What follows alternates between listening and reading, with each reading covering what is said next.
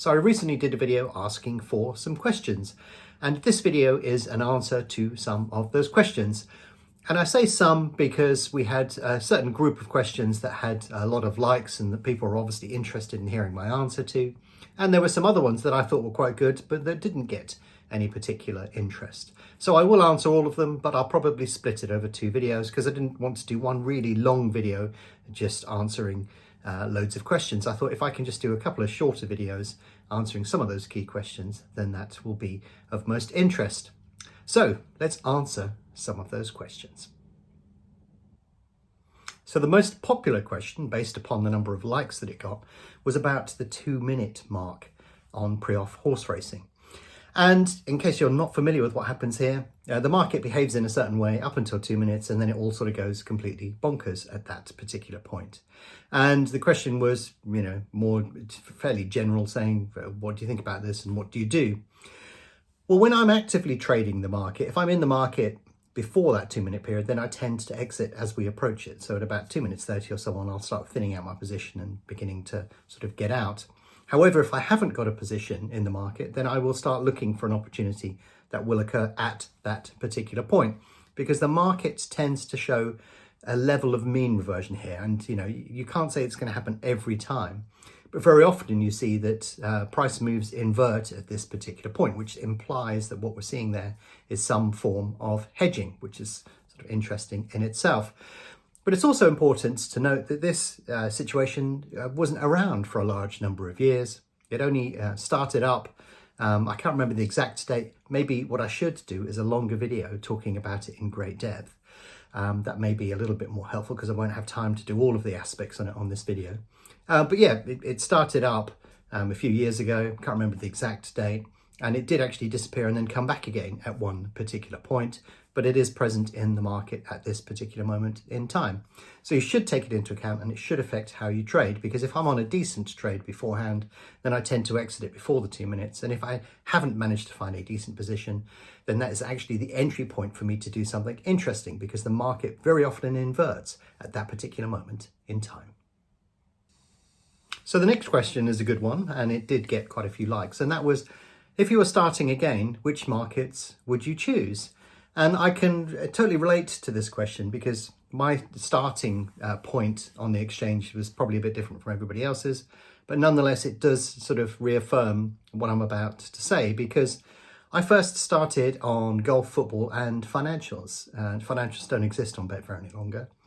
And the reason that I did that is because I knew that I had an edge. I knew exactly what I was doing, and I knew I would be able to make a little bit of money from that. But when I started to look seriously at all of the opportunities that were available, horse racing, seemed to take place 24 hours a day, 7 days a week. And I just thought, well, rather than doing, a couple of football matches a night or a few other golf tournaments and stuff like that, I can pretty much trade, constantly. And that is the opportunity for me to get to a much, much higher level. So my answer to this question is that ultimately you should start where you feel confident, where you feel you have an edge. It's quite easy to actually get a winning trade when you're Betfair trading, but actually getting a definable edge that allows you to profit over a period of time is a little bit harder. So in order to give yourself confidence, you should probably work in areas that you're very familiar with, or where you feel you have a decent angle to create that particular edge. And at that point, you can sort of expand outwards from there. Now, when you first start trading, it may feel alien to you, and therefore you may not have an edge at all. So it's probably important that you do something that you can enjoy, that you can actually sort of really put some energy and effort into, because you will require energy and effort to be able to get to the next stage.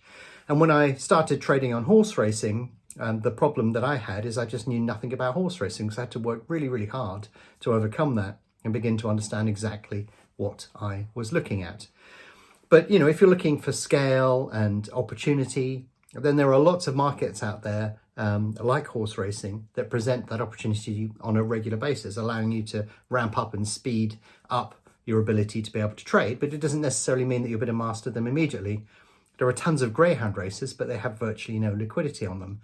And football, everybody has an opinion on, but exactly what you want to do on that is not have an opinion. You want to be able to do something in a methodical way. So I don't bet or trade on my own team. I say I don't. Every now and again, I may just dabble. It's nearly always fatal doing that. So it's important to separate that out as well. You don't want to get too emotional about the sport that you're watching. You want to be able to go into it with a pragmatic mindset and set about it from there. So yeah, you've sort of got two different answers there, really. One is that you should do something that you enjoy, that you're confident at, that you've got some knowledge at. But that doesn't stop you from branching out into other areas to learn about those and progress in that manner. But some of that depends upon exactly what you're trying to do and the scale on which you're trying to do it. So another question that was popular, and I can understand the reason why, again, I'll paraphrase it, but the real question will pop up next to me, which is basically what strategies would you use on certain types of horse racing markets, because obviously that would be beneficial for people to know and cut out a lot of experimentation. I have done videos specifically on each individual strategy that I use in the markets that it would be suitable in. I'm not sure if I've done a video where I'm talking about like it in a general sense, so I'll try and give you an affirmative answer here.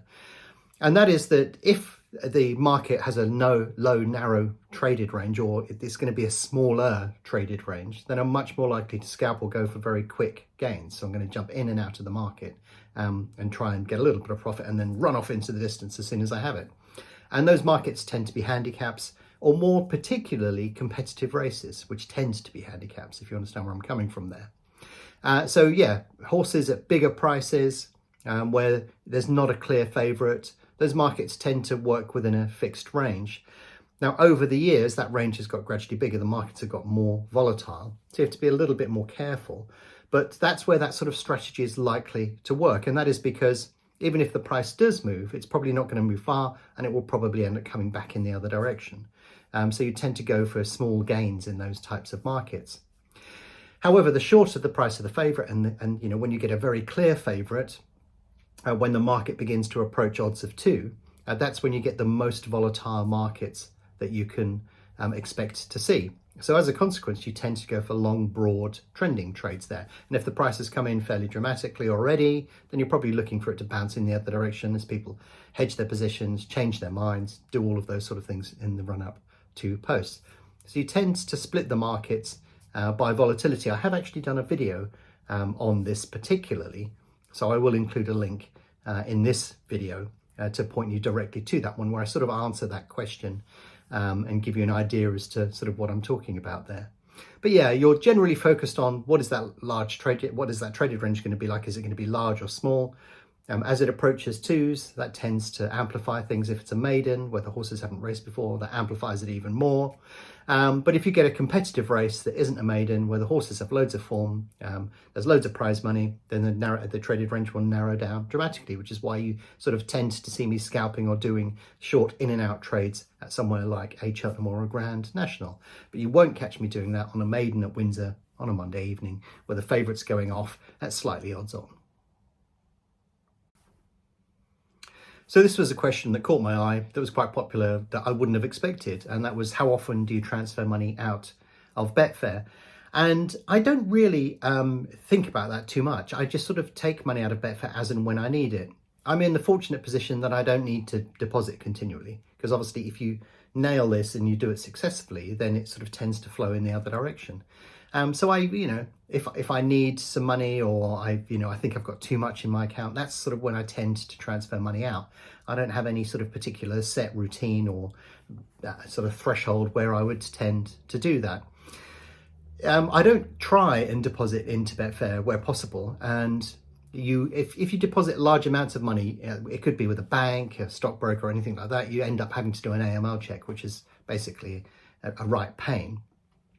So sort of it helps if you just deposit small amounts of money into Betfair and accumulate a larger bank over time, because then even if you do go on a bad run, you don't have to redeposit at that particular point. The whole situation was sort of exacerbated a bit by affordability checks. But yeah, there's no particular threshold or amount that I tend to withdraw on. I just sort of pull the money out as and when I need it. And in fact, I tend to prefer to hold money in my account to jump on any opportunities that I see. So it tends to be pretty infrequent in the scheme of things. So do you think the rise of automation is going to be a problem for people who are just starting out? Now, I am going to cover this in a video that I have planned. I don't know when that's going to come out, whenever I get the chance to record it. But I would say yes and no, but more no than yes, if that makes sense. Because there is quite a line between doing stuff manually and doing stuff automated. You face different problems in either scenario. So I started out as a purely manual trader, and then I've obviously progressed over time to automate elements of that. And you've seen the automation become a more dominant part of betangel.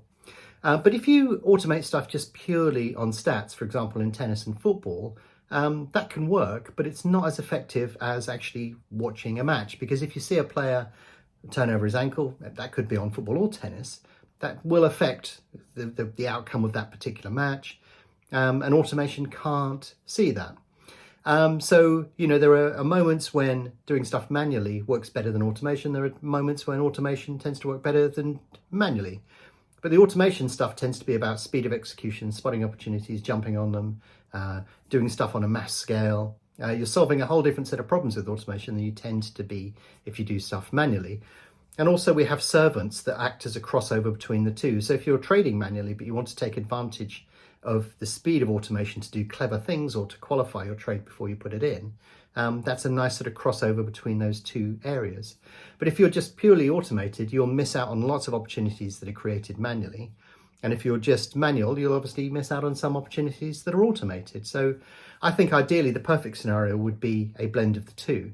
And I've met some people that are just completely automated.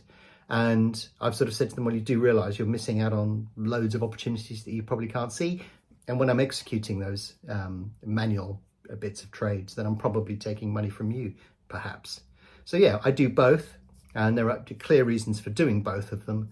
But ultimately, I don't think that should stop you from doing anything, because there are opportunities all over the place, especially if you understand a sport as well. That gives you a much better insight, because you're thinking about what people are thinking about, whether it's in the market or on the field of play.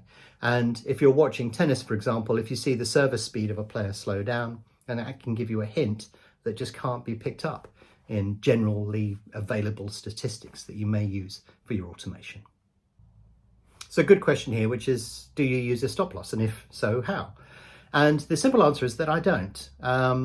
There are certain points within the market. So say, for example, the price on something has been coming in for ages. It's about to reach 2, and I'm going to trade the bounce. I'm going to catch it as it hits that point and then bounces off in the other direction. Very often I'll do something below that. So I'll sort of say, if it reaches this point, then I'll realize that trade has failed.